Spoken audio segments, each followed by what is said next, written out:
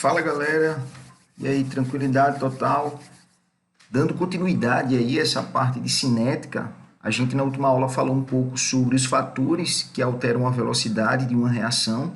Inclusive, a gente discutiu muito já sobre o catalisador, a gente falou de algumas características que são essas que estão aqui presentes para vocês, e a partir de agora a gente dá continuidade a falar um pouco mais sobre o catalisador e de todos os processos que ocorrem na presença dessa espécie química. Então, lembrando que o catalisador ele não possui forma, ele não possui algo característico, algo que defina ele em qualquer uma das reações. O catalisador é toda e qualquer substância que seja capaz de aumentar a velocidade de uma reação, independente das suas características. Se ele for capaz de aumentar a velocidade no meio reacional, ele pode ser considerado um catalisador. Beleza? Então, todas essas propriedades já discutimos com muito carinho com relação a elas, e a partir de agora a gente vai dar continuidade a falar um pouquinho mais sobre esse cara. Com relação ao catalisador, pessoal, vale a gente entender o seguinte: todo e qualquer processo que ocorra na presença de um catalisador, esse processo é chamado de catálise. Então, catálise é todo e qualquer processo que ocorre na presença de um catalisador. E existem alguns tipos de catálise, beleza? O primeiro deles é o que a gente chama de catálise homogênea. E o que é uma catálise homogênea? A catálise homogênea, pessoal, é quando o catalisador se encontra no mesmo estado físico das espécies químicas da reação. Então, se ele se encontra no mesmo estado físico dessas substâncias, nós chamamos de catálise homogênea. O primeiro exemplo que eu trago para vocês, quando o catalisador é o Na gasoso e ele está presente nessa reação, onde todas as espécies químicas também se encontram no estado gasoso, eu passo a ter uma catálise homogênea. Tranquilo? Seguindo esse mesmo raciocínio, catálise heterogênea é quando o catalisador ele se encontra no estado físico diferente das espécies químicas presentes no meio reacional. Então, quando o catalisador se encontra em outro estado físico, nós passamos a ter uma catálise heterogênea. Então, é algo bem simples. Catálise homogênea, mesmo estado físico das espécies da reação. Catálise heterogênea, estados físicos diferentes comparados às espécies da reação, beleza? E a autocatálise, pessoal, é o processo mais interessante que a gente tem. Na autocatálise, a reação ela vai acontecendo de forma lenta, porém, um dos produtos que é formado nessa reação, ele passa a atuar como um catalisador, ou seja, a reação ela vem acontecendo de forma lenta, porém, a partir do momento que um dos produtos atinge uma concentração adequada, ele começa a acelerar a velocidade do meio reacional, fazendo com que essa reação ela seja até mesmo muito rápida. Então, isso é o que a gente chama de autocatálise. O exemplo que eu trago para vocês também é com NO gasoso, e ele, ao ser produzido por meio da reação do ácido nítrico com cobre metálico, ele começa a atuar como um catalisador, ou seja, ele começa a aumentar a velocidade do meio reacional, beleza? E, por fim, a catálise externa é quando o catalisador ele é externo, ele é adicionado apenas com o intuito realmente de aumentar a velocidade do meio reacional. Então, eu adiciono um catalisador que não faz parte do meio reacional para que ele possa aumentar um pouco mais a velocidade dessa reação, beleza? Então, catálise homogênea é quando o catalisador se encontra no mesmo estado físico. Catálise heterogênea é quando ele se encontra em estados físicos diferentes, as substâncias e ele. Autocatálise é quando um dos produtos do meio reacional atua como um catalisador. E, por fim, catálise externa é quando o catalisador ele é externo, ele é adicionado à reação de modo a aumentar a sua velocidade. E outro detalhe muito importante que a gente vai discutir um pouco mais é quando eu tenho os dois mecanismos mais frequentes na catálise. O primeiro é quando eu tenho a formação de um intermediário. Então, quando a gente faz a reação global, sempre a gente vai cortar uma espécie química. E essa espécie química é exatamente o catalisador. É o nosso intermediário formado na reação. E o mais visto, pessoal, principalmente nas reações orgânicas, é exatamente a catálise por adsorção. Então, o que é que acontece? O catalisador ele dissolve os reagentes em sua estrutura, fazendo com que a reação se passe de forma mais rápida. O exemplo que eu trago para vocês é o processo de hidrogenação, que é uma reação de adição, pessoal, que vocês vão estudar em química orgânica. Então, o catalisador geralmente é a platina ou paládio, e esses metais adsorvem na sua superfície os dois reagentes, os substratos, fazendo com que a reação ocorra de forma mais rápida. Então, eu tenho dois mecanismos para essas catálises.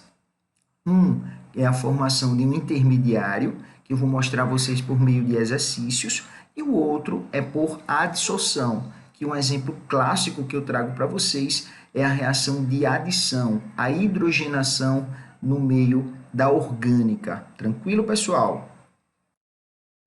E outro ponto muito importante que vale a pena a gente discutir é a catálise enzimática.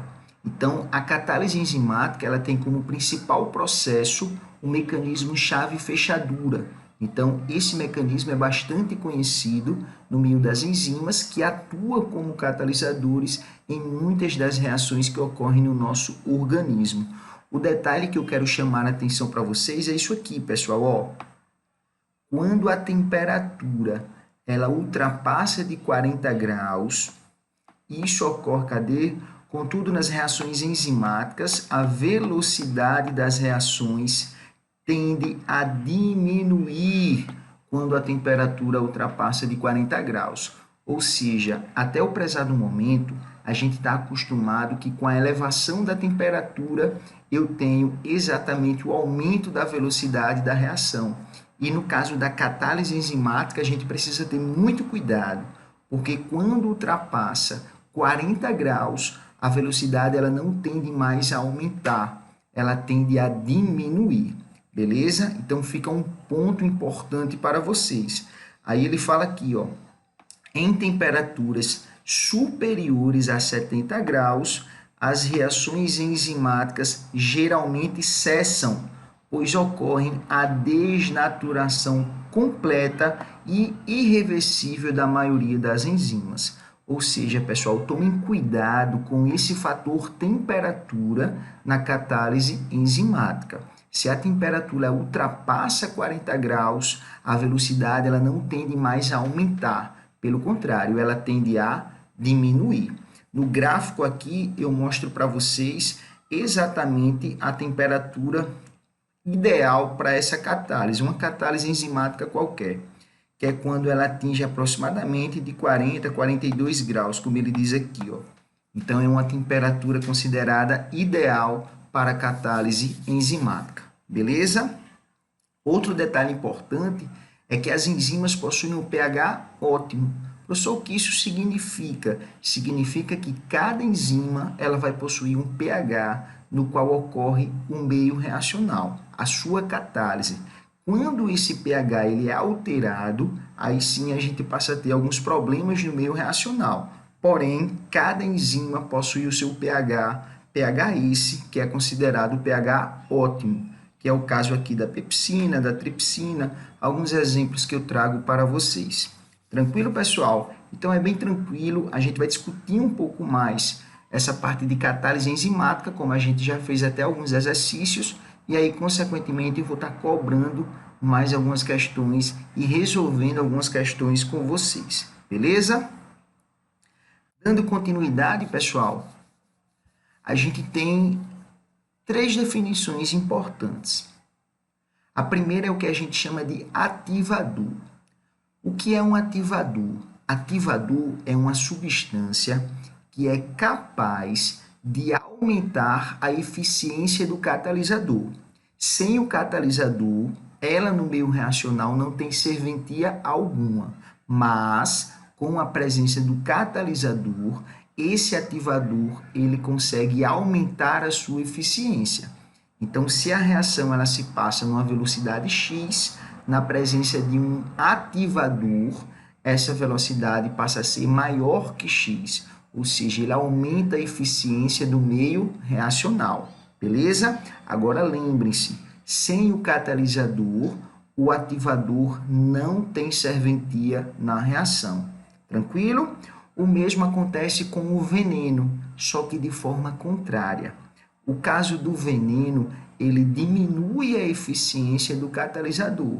Então, ele está ali para desacelerar um pouco o meio reacional. Então, eu inseri um catalisador, aumentou a velocidade da reação.